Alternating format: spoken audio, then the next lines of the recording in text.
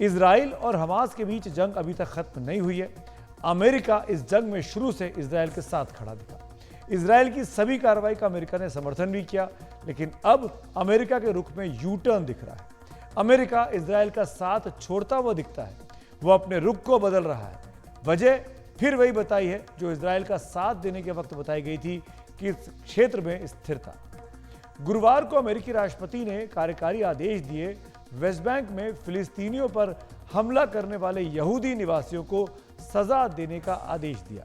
White house के राष्ट्रीय सुरक्षा सलाहकार जैक सुलिवन ने कहा कि अमेरिकी राष्ट्रपति जो बाइडेन का आदेश उन व्यक्तियों के खिलाफ आर्थिक पाबंदी और वीजा प्रतिबंध लगाने के लिए एक प्रणाली स्थापित करता है जो फिलिस्तीनियों पर हमला करने या उनकी संपत्तियों को जब्त करने में लिप्त पाए जाते हैं।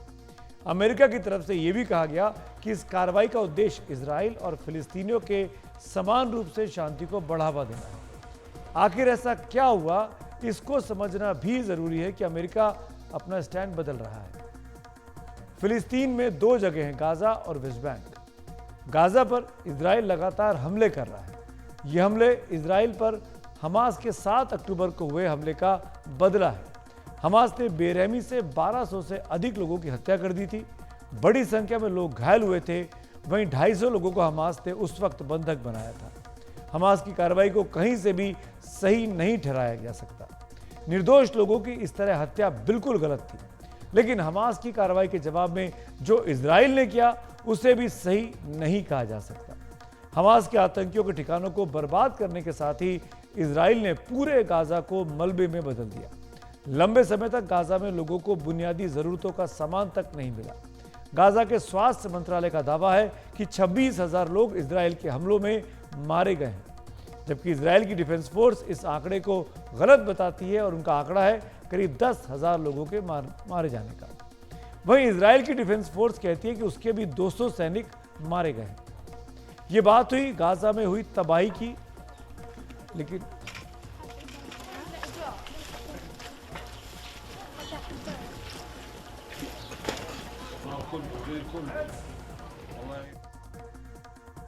इसी मुद्दे पर आइए बात करते हैं। अमेरिका का जो स्टैंड चेंज हुआ, मेरे साथ हमारे हमारे साथ ब्रह्म चलानी साहब जुड़ रहे हैं, उनके साथ बात करते हैं।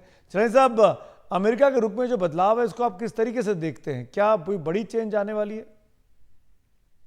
ये कोई खास चेंज नहीं है। ये वोट बैंक पॉलिटिक्स से जुड़ा हुआ चेंज है, क्योंकि बाइडेन का जो डोमेस्टिक कॉन्स्टिट्यूंसी है, जो प्रोग्रेसिव वोटर्स हैं, वो काफ़ी नाराज़ हैं बाइडेन से, क्योंकि जिस तरह से बाइडेन ने इजराइल को सपोर्ट किया है शुरू से ही, अक्टूबर से, उसके बारे में बहुत नाराज़ी है इस ग्रुप में। तो उनको प्लीज़ करने के लिए सिर्फ चार जोविश सेटलर्स जो वेस्ट बैंक में रहते हैं, उनके खिलाफ बाइडेन एडमिनिस्ट्रेशन ने सैंक्शंस लगाए हैं। तो कोई मेजर चेंज नहीं है पॉलिसी में। अभी भी अमेरिका इजराइल को सपोर्ट कर रहा है, मिलिट्रली, पॉलिटिकली और डिप्लोमेटिकली। ये सबसे इंपॉर्टेंट सपोर्ट है। इस बिना सपोर्ट से इजराइल ये युद्ध कंटिन्यू नहीं कर पाएगा। तो ये जो चेंज हुआ है ये दिखावे के लिए है।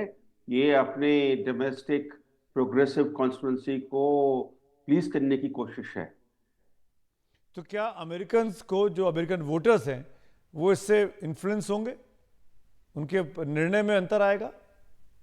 ये आप अच्छा सवाल उठा रहे हैं सुमित जी।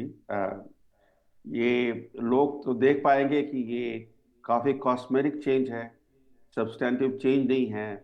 अभी भी जो मिलिट्री एड है अमेरिका का, वो इसराइल को मिल रहा है, इकोनॉमिक एड भी मिल रहा है।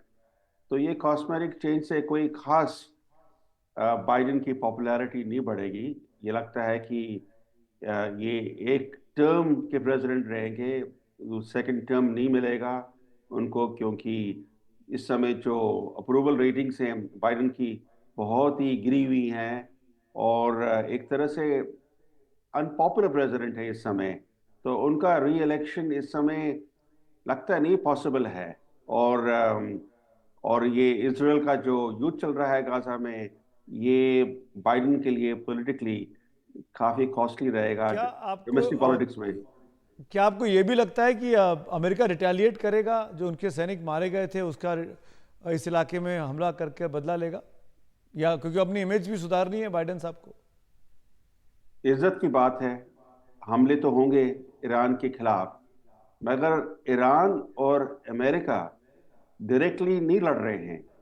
उनके बीच में एक शैडो वॉर चल रहा है और प्रॉक्सी जी यूज कर रहे हैं। जैसे ईरान प्रॉक्सी यूज कर रहा है यमन में हो या सीरिया में हो या इराक में, तो जो ये रिटेलिएशन होगा अमेरिका का, पक्का होगा, वो होगा ईरान के खिलाफ नहीं, डायरेक्टली ईरान के प्रॉक्सीज के खिलाफ। जो ईरान के प्रॉक्सीज हैं सीरिया और इराक में, उनके खिलाफ कुछ अमेरिकन रिप्राइजल्स होंगे आने वाले दिनों में।